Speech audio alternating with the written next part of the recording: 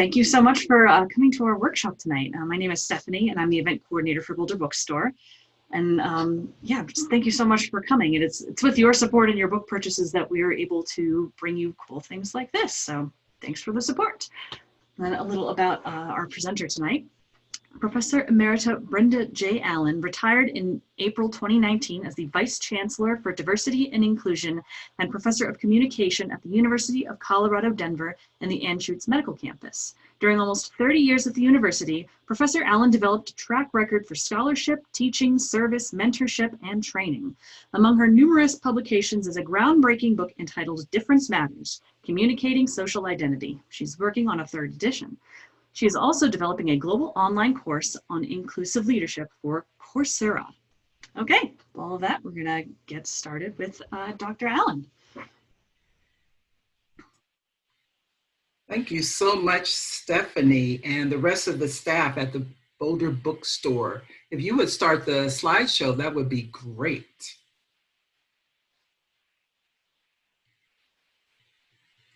So I also want to express my appreciation to Helena Boduc, the owner of the Boulder Bookstore, for her vision for this event, and to all of the rest of the staff at the Boulder Bookstore. Hello, everyone who has joined us. I'm so grateful that you are attending this series. Because of you, I have deepened my knowledge about race in the United States. If someone asked you, what is your race? How would you answer? Across the span of your life, might your answer have changed? Individual responses to those questions vary widely. That in itself supports the point that exploring race matters. The double meaning of the title is intentional. Exploring race is something important. It matters. Exploring race warrants looking at many issues or matters. So we will consider why race matters and will examine a variety of relevant issues. To set the stage and tone for our time together, I'm going to answer the questions I posed. I was born in Youngstown, Ohio on June 9th, 1950. Yep, 1950, okay. And I'm glad to be here. My birth certificate lists my race as N. What do you think that stands for? Well, Nubian Queen, of course. Well, actually it's Negro, which was the government label at that time. During my younger years, I considered myself colored because that's what people like me and my community called ourselves. When I was a teenager in the 1960s, my friends and I gleefully obeyed the godfather of soul. Anybody know who that is? R&B singer James Brown, also known as Soul Brother #1, who told us to say it loud, I'm Black and I'm proud. The concept of Black pride was an empowering force against ways that we have been taught to dislike Blackness. I'll say more about that later. In college, I designed a poster with BLACK as an acronym for beauty, love, ability, creativity, knowledge. And because of that background, although a newer label of African American is an option, I still prefer Black. Throughout our time together, I'll tell you more about me. As I share my stories, I invite you to think about yours. This should help us to achieve my main goal for the series, to educate, encourage, and equip you to explore race matters and to figure out how to apply what you discover. Next, let's take a look at the overview for the day. So today, day one, we'll look at what is race, define race, explain how race is a social construction, describe the history of race in the United States, and cite reasons why race persists as a critical issue. As you look across days 2 and 3, look at the bottom to see the last thing we're going to do is to guide participants to develop a personal action plan. So I want you to keep track of any questions you may have. At the end of the first 2 sessions, you'll have an opportunity to enter them in the chat box. My wonderful colleagues at the Boulder Bookstore are going to capture and send those to me, which I'll review and respond to some of them in future sessions. By the way, I hope you can attend all of the sessions, but it's okay if you miss any. They are going to be recorded and available. With our goals for today in mind, I wonder of all the things you could be doing right now, why are you here? I want you to think about that next as you take a moment to set your intention. And as you can see on the slide, to set your intention, if you go to the next slide, the idea of setting your intention is something to think about, that given what's going on in the world and your lives, it might be easy to be distracted this evening or to participate only on a surface level. That's why I'd like you to specify what you hope to gain. I also encourage you to consider how you would like to think, feel, and engage in your learning, and keep this in mind throughout our time together. I encourage you to agree to be open-minded and receptive. If I share something you already know, ask yourself how and why being reminded might be valuable right now. For something you didn't know that you feel skeptical about, suspend your judgment. Ask yourself, what if this is true? For something you didn't know but receive as credible that evokes any emotions such as frustration, guilt, shame, anger, or sadness, be grateful that you care enough to be emotional. Some people could not care less about these topics. Also, remember, one of our goals is to use what you learn to make a difference. One way to respond to your emotions is to be more committed to effect change. Here's some additional food for thought on the next slide, which is a quote by James Baldwin. This is a guiding thought for our time together. I want you to read it to yourselves, and then I'll read it. Not everything that is faced can be changed, but nothing can be changed until it is faced. So with that in mind and with your intentions, I'm going to begin by defining race. Throughout our time together, I'm going to define some key terms. I realize that you probably already have your own definitions. However, meanings vary, and sometimes people have incomplete or inaccurate understandings. I'd rather almost insult you by sharing something that you thoroughly understand and actually could better explain than I will, than to miss an opportunity to clarify meaning for someone who doesn't know. Also, this helps you to know what I mean by certain words. So here's a definition of race. Most definitions try to categorize people primarily by their physical differences. They refer to features such as our skin color, facial features, hair textures, body type, eye formation, etc., that we see as characteristic of a group of people. This implies that race is a real thing based on physical attributes. However, race is actually made up. As you see on the quote here, it's a social and political construction with no inherent genetic or biological basis used by social institutions to arbitrarily categorize and divide groups of individuals. Within the Human Genome Project, actually discovered as a 13-year-long US publicly funded project with the objective of determining the DNA sequence of the entire Eurochromatic human genome, among its conclusions was that the concept of race is not grounded in genetics. In fact, the genetic difference between any two humans is less than 1%. Of course, just because race is made up does not diminish its significance, not at all. To understand how and why the concept of race became so powerful and enduring, let's look at its origins. Starting with Carl Linnaeus, who in 1758 created a classification system. And in fact, the whole notion of racial classification can be traced to the beginning of European exploration and colonization, connected with efforts to formally classify and name organisms according to their genus and species. So Carl Linnaeus was a Swedish botanist known as the father of taxonomy. And he's famous for devising new systems for naming and grouping all living organisms. In 1735, he briefly shifted his attention from flora and fauna to focus on human beings. He divided the human species into four: Americanus, Asiaticus, Africanus, and Europaeus. And he described them as shown on the slide. Take a look at the characteristics he attributes. And that was one of the first places where races were referred to as colors. But notice that he also listed attributes in terms of, for example, for Asiaticus, melancholic, haughty, greedy. Americans, which were the Native Americans, red, stubborn, zealous.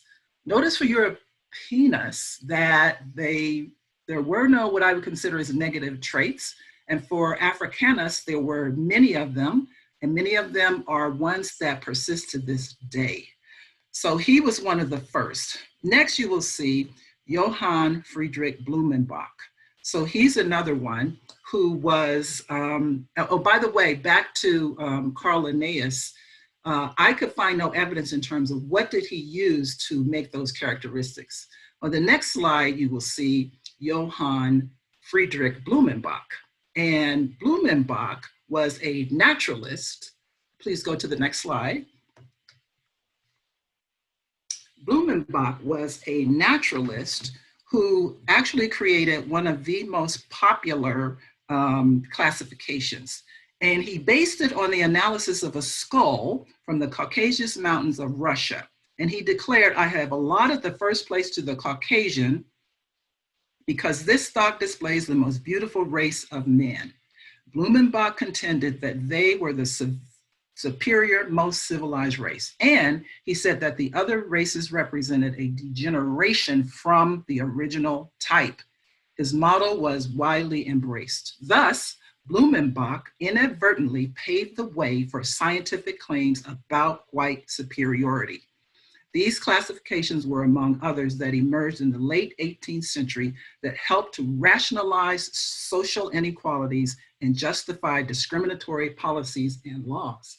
In 1781, Thomas Jefferson was the first prominent American to suggest innate Black inferiority, writing, quote, as you will see on, writing therefore, as a suspicion only that Blacks are inferior to the whites in endowments of body and mind. As you see next, there were lots of enduring assumptions about race. From the very beginning, the anthropology of races in the modern world has gone hand in hand with notions of inferiority and superiority. This yielded a systematic, institutionalized set of beliefs and attitudes. And here are some of them. The three on this slide basically say everybody can be divided into separate races and a person can belong to only one based on visible physical differences. And anytime something came up that challenged some of these assumptions, then the scientists, and I'm putting that in quotes, found ways to justify them. So in this case, there was something they called a racial essence to explain the anomalies. Next slide, you will see that each race has distinct qualities is something they also contended, and you saw those in one of the overview for Blumenbach, right? And for Linnaeus, distinct qualities of temperament, morality, et cetera, intellectual ability. And so in the popular imagination, each race has distinct behavioral traits that are linked to its phenotype. The other thing that the assumptions include are that races are unequal and that they need to be ranked. And you see here a reference to a biologist. There were many scientists and many scientific papers, et cetera, that were published, many public figures who really helped to perpetuate this notion of race. Another one is that the attributes are inherited, innate, fixed, permanent, unalterable. And finally, that the races need to be segregated and allowed to develop everything on their own. Next slide, you will see that in her critically acclaimed book, Fatal Invention, How Science, Politics, and Big Business Recreate Race in the 21st Century, legal scholar Dorothy Roberts details race as a political creation that helps to maintain white as a superior category. As one example, she cites changes in defining American racial groups across history. She asserts that those changes are not just a matter of adding or subtracting options for people to fill out on a census form. Rather, they reflect shifts in the rules the government employs to categorize people by race, and by the way, that underscore notions of white supremacy. To consider her claim, let's take a look at how the federal government has constructed race via the US Census. So The US Census in 1790 was the very first one, as directed by the US Constitution. As you see here, I typed this in so you can see exactly how it was written, including the capitalization and so forth. And so persons called enumerators counted the number of persons in each household according to these categories of free white males, free white females, all other persons, and slaves. So a fascinating article on the Census Bureau website about this process explains that most of the enumerators were US Marshals. If you take a look at the next slide, you're going to see that the notion of race has changed significantly since that first census. It now includes an ethnicity question, and then it goes on to a race question. And behind the scenes of this, some of you may know for the 2020 census that one of the proposed changes included adding a race category for Middle Eastern and North African groups. And that had been in the works for quite some time. However, it was not approved. I leave it to you, if you're not familiar with it, to do a little research in terms of what possibly happened that it was not approved. The 2020 census does ask participants who check off white and Black to also write in their origins. And among suggested answers are examples of two of the largest Middle Eastern and North African nationality groups, Lebanese and Egyptian. The current administration of the United States for 2020 planned to ask individuals if they are US citizens. You probably heard about this. This ignited fears that the information could be used to target certain groups. Government employees said, no, that won't happen because releasing such information is against the law. However, there's at least one precedent. Information from the 1940 census was secretly used in the internment of Japanese Americans during World War II. After this violation was exposed, Kenneth Pruitt, then director of the US Census Bureau, issued a public apology. Quote, "The historical record is clear that senior Census Bureau staff proactively cooperated with the internment and that census tabulations were directly implicated in the denial of civil rights to citizens of the United States who happened also to be of Japanese ancestry," unquote. Next, I want you to understand a bit in terms of the slide, the item about ethnicity, which was in 1980, the census added ethnicity, but only for Hispanic, Latino, or Spanish origin.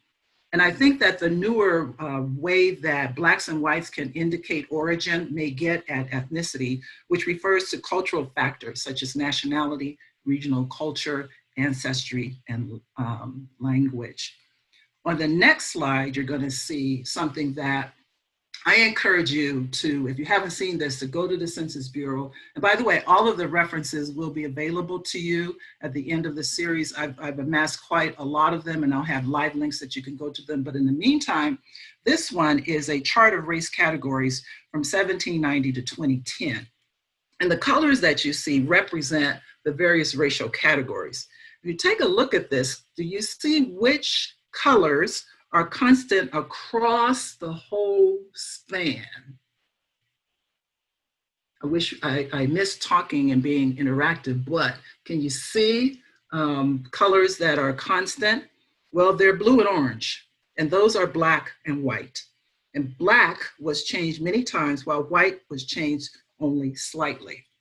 It was not until 1960 that people could select their own race. Prior to that, an individual's race was determined by enumerators.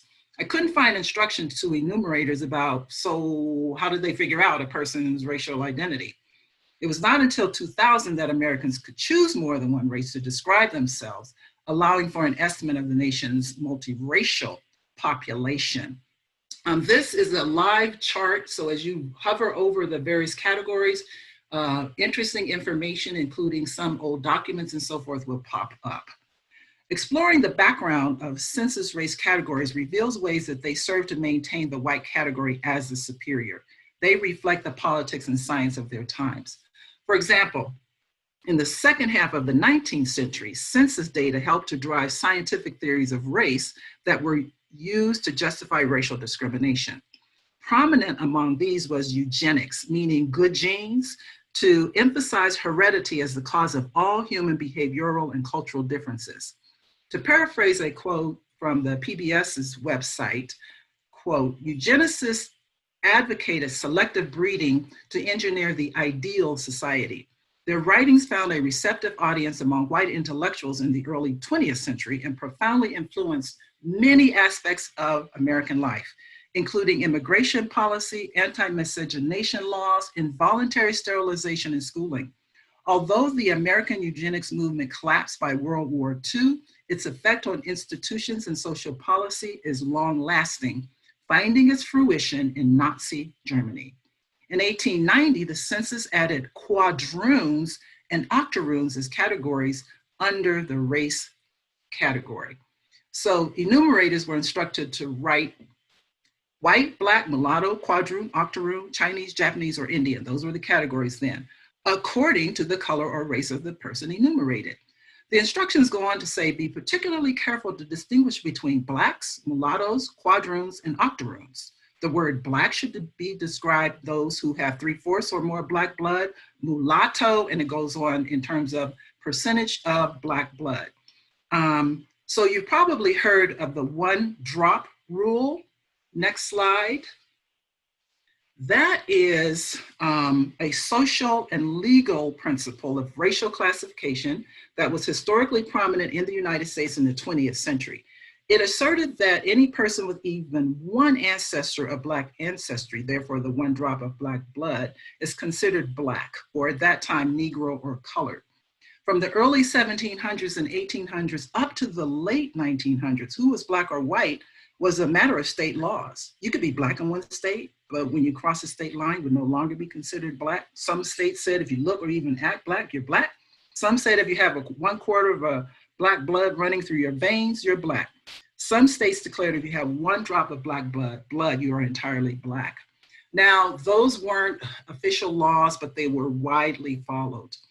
As the instructions shown here, and I know you probably can't read them, but I wanted you to see this is actually from the instruction booklet to enumerators. And you will see here that the notion of blood was different for Negroes who were then called Negroes and then called Indians. The former were subject to the one drop rule, while blood quantum applied to American Indians. And indeed, for Negroes, it says any kind of mixture, then you're Black. For Indians, it said, should be regarded as Indian except where the percentage of Indian blood is very small or where he is regarded as white. On the next slide, you'll see some of the rationale for this. Legal scholar Tommy Miller, Confederate Tribes of the Colville Reservation, provides a detailed analysis of the history and complexity of blood quantum, noting that blood quantum laws were first used in the US to prevent mixed race people from holding public office or intermarrying with Europeans. Then some things changed, and in 1817, the federal government began using blood quantum in treaties to separate half-breeds from those with the lower blood quantum, conferring benefits only on the former. So thanks to my colleague, Gracie Redshirt Tayan, Ogala Lakota, for sharing this article with me and for explaining some of the complexities of American Indian identity, which the next slide begins to explain. American Indians weren't formally counted in the US Census until 1890. No words.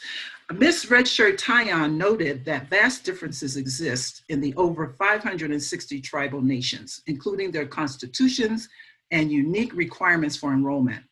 In addition, she noted that there are over 300 federally recognized tribes, each having its own political, legal, police system, economy, land-based, language, religion, and sovereign authority.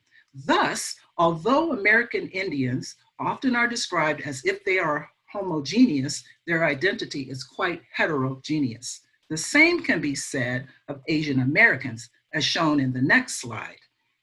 So 20 million Asian Americans trace their roots to more than 20 countries in East and Southeast Asia and the Indian subcontinent, each with unique histories, cultures, languages, and other characteristics. The US Asian population overall does well on measures of economic well-being compared with the US population as a whole, but this varies widely among Asian subgroups. Some have household incomes well below the median household income for all Americans. Therefore, it's dangerous when we look at certain data, and it's a challenge for all of us in terms of viewing data to disaggregate them and not try to lump everybody into one. The Asian population is actually growing faster than any other major racial or ethnic group, projected to become the largest immigrant group in the country, surpassing Hispanics in 2055. I hope this gives you a sense of how the Census Bureau's treatment of race is political and social, and also to see its relevance to power and racial inequities. I encourage you to delve more deeply. There's a wealth of information online from credible sources. Another area where you can witness political and social implications of race is the legal system, specifically laws related to racial and ethnic groups. On the next slide, I highlight federal and state laws that explicitly discriminated against people based on their race or ethnicity, always, as far as I can tell, in service of keeping white as superior. So just take a moment and check them out. I was familiar with only some of them, and there are many more. Most of these, of course, were overturned, and in all fairness, there have been many other laws related to race that actually prohibit discrimination.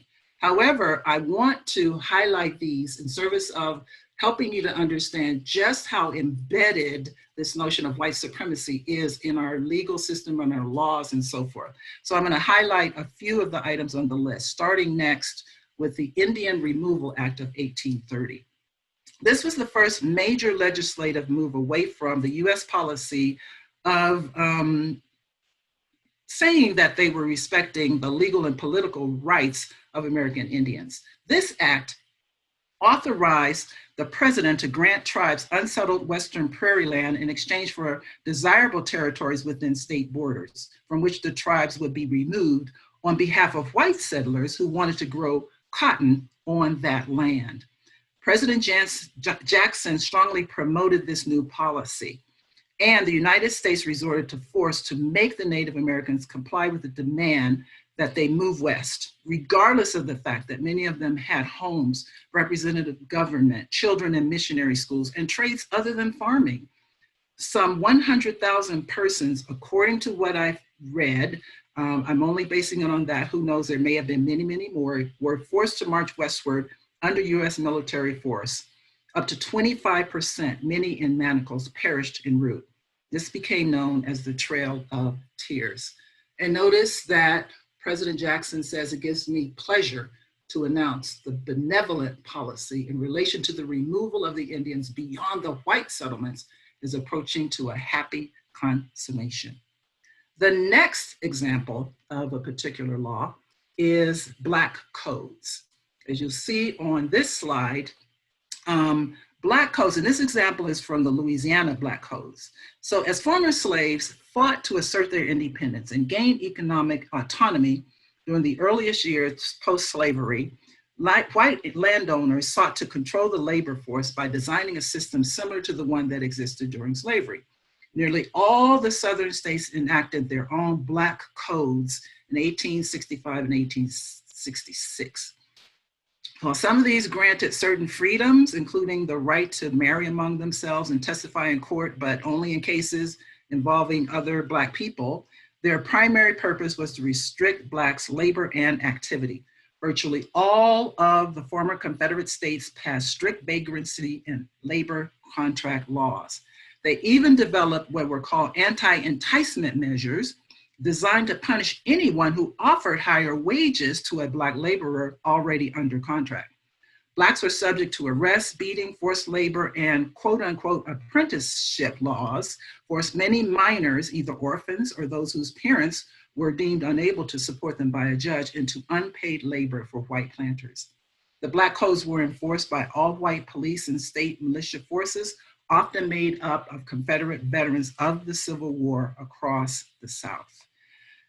In the next slide, you will see two related codes or acts. There was the Anti-Coolie Act and the Chinese Exclusion Act, 1862-1882.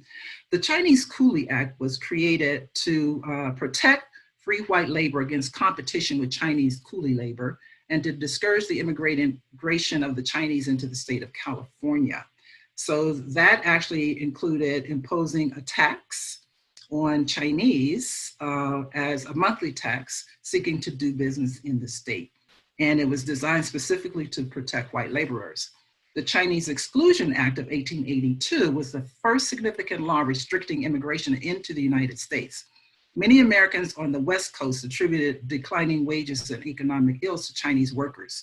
So even though the Chinese composed only 0.002% of the nation's population, Congress passed the Exclusion Act to placate worker demands and concerns about maintaining white racial purity.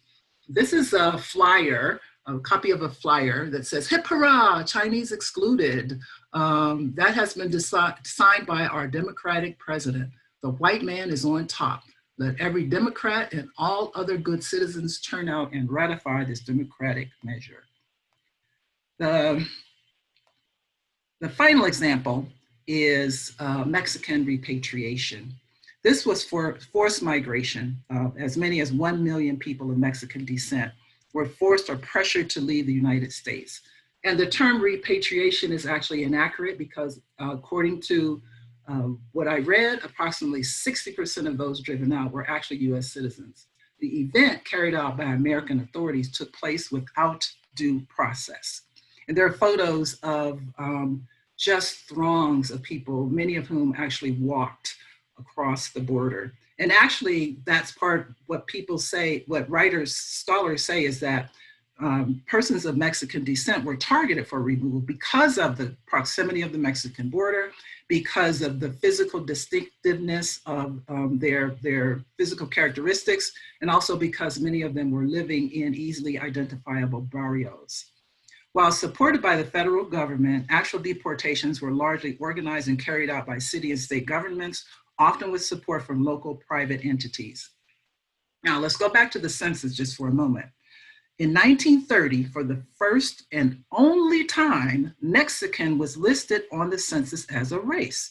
Enumerators were instructed to record all persons who had been born in Mexico or whose parents had been born in Mexico who did not fall into another racial category as Mexican. Many believe that this was used to identify Mexicans and persons of Mexican descent to support repatriation. So that's just a bit in terms of the ways that federal, state, and local governments have helped to construct and maintain race as a social and political aspect of our lives. On the next slide, I quote researchers from the Urban Institute who say that when we name the historical and contemporary policies and practices that create and maintain racial disparities, we can challenge harmful stereotypes and narratives that shape the way people of color are perceived and treated. They go on to say, quote, people may misconstrue calls to name white supremacy and oppression as threats to their personal identity, history, or economic standing. It's important that we approach these issues with informed thoughtfulness, they say, but abandoning the discussion altogether creates a void that perpetuates harmful narratives and prevents finding solutions. This requires careful consideration, not only of the intergenerational effects of racial discrimination, but also of how a person's race intersects with other aspects of their identity, such as class, gender, sexual orientation. To their list, I would add ability, nationality, age, ethnicity, and citizenship status. Let's take a look now at racial disparities. There's an abundance of data about racial inequities and disparities related to quality of life and longevity from from inception to death.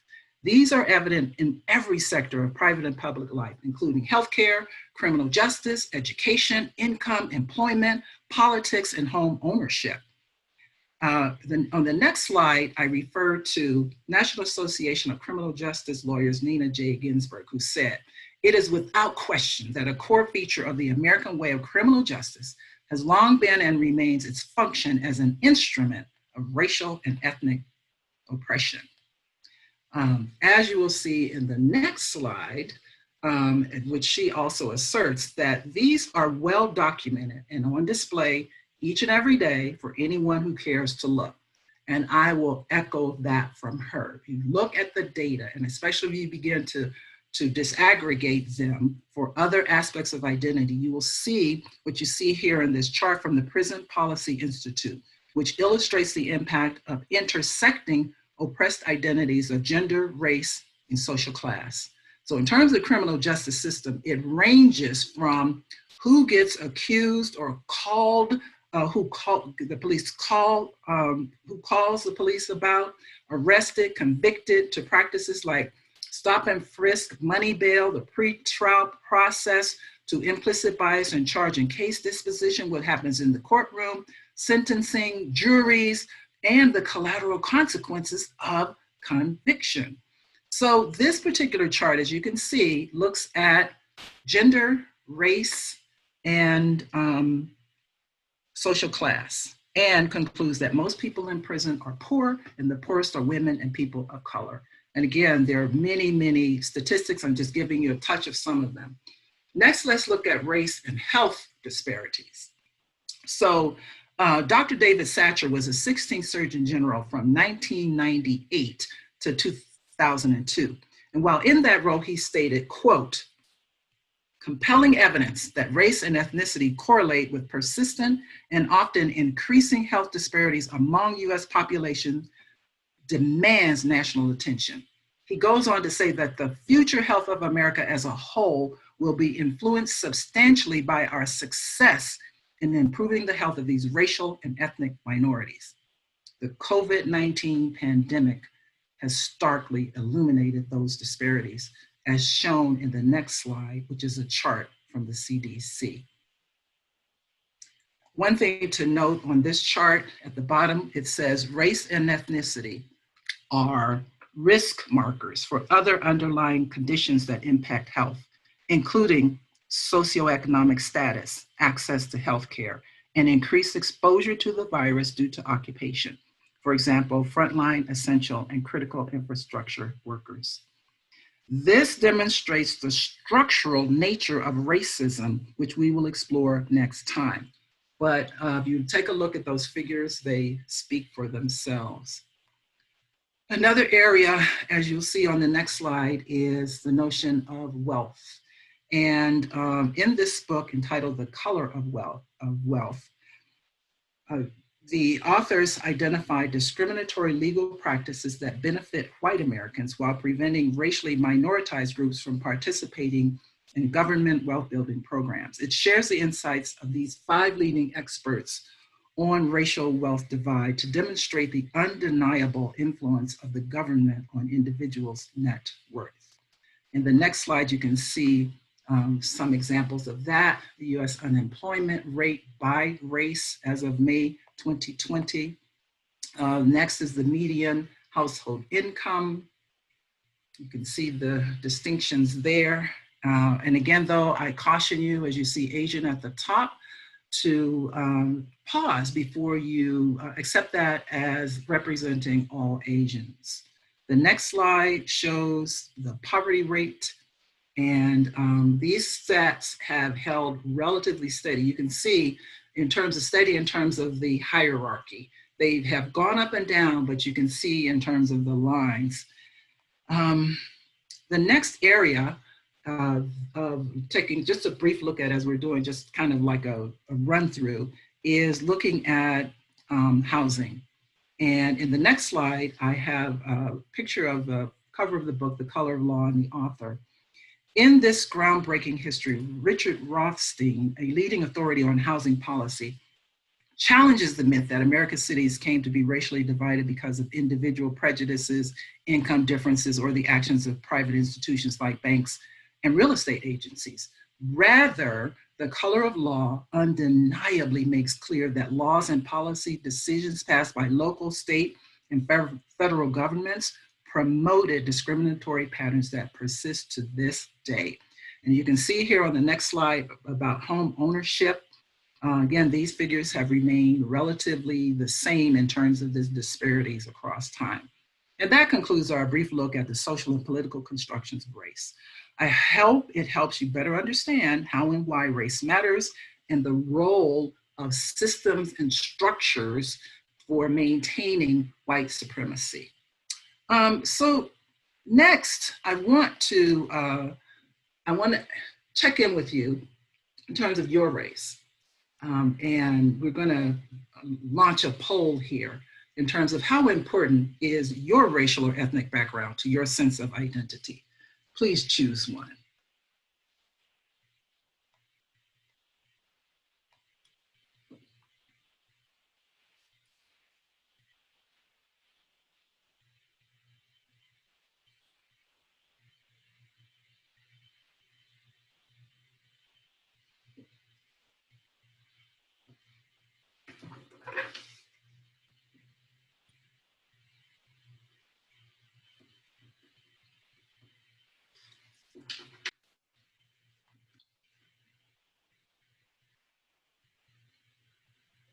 Okay, let's conclude polling. I think we got a pretty good sense that primarily moderately important to this group.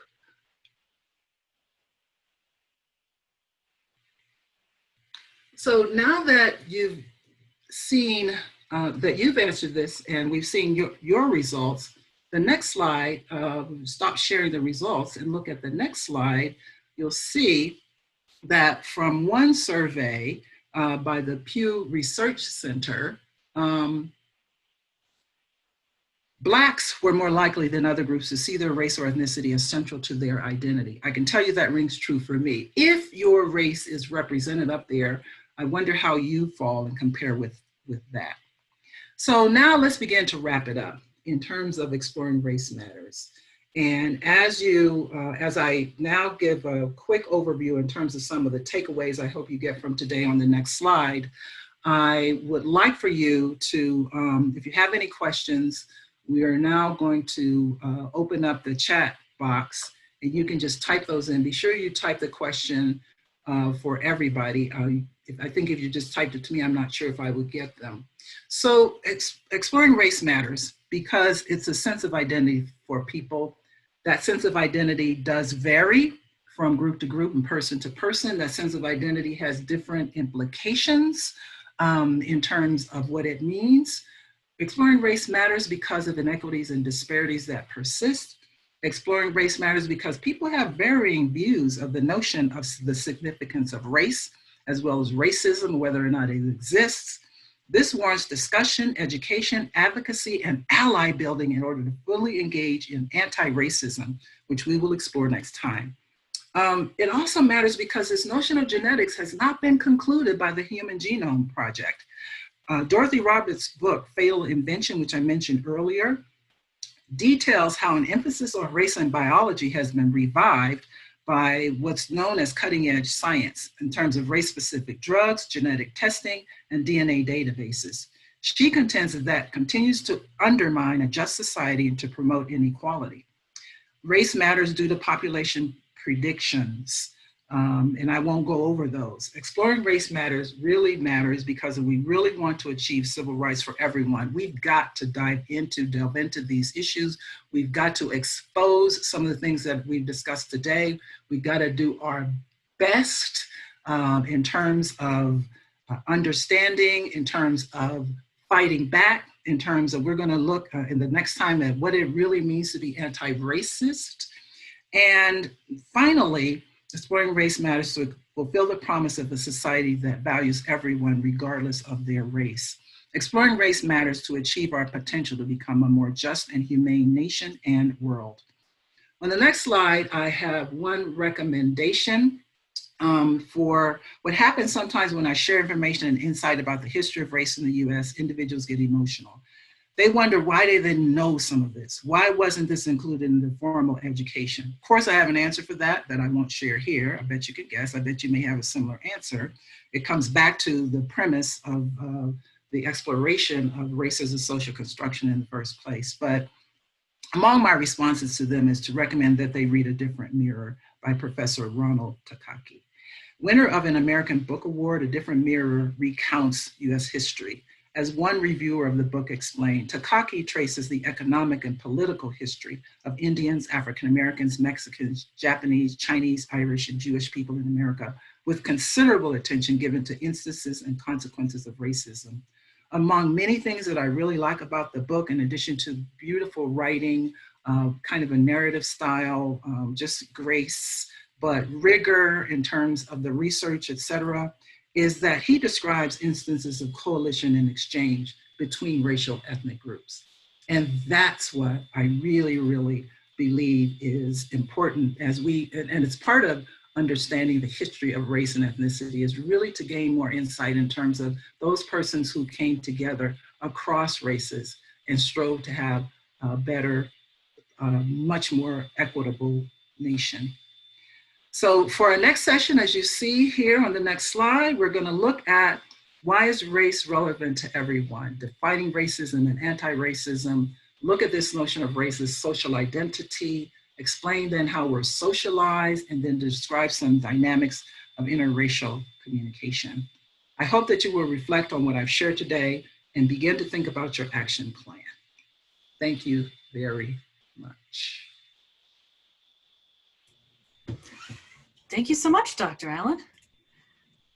All right, it's just a reminder for everyone, we have recorded this session, so once all 3 sessions are over, we will be sending out a link so that you can watch all of those sessions if you missed anything, or if you had to come in late, or if you had to leave early, or anything like that. So you'll be able to access all the comments, all of the workshops. And we are copying all the questions from the chat so that Dr. Allen can look at them, and believe that on the last session, she'll be picking out some of those questions to answer. Is that correct?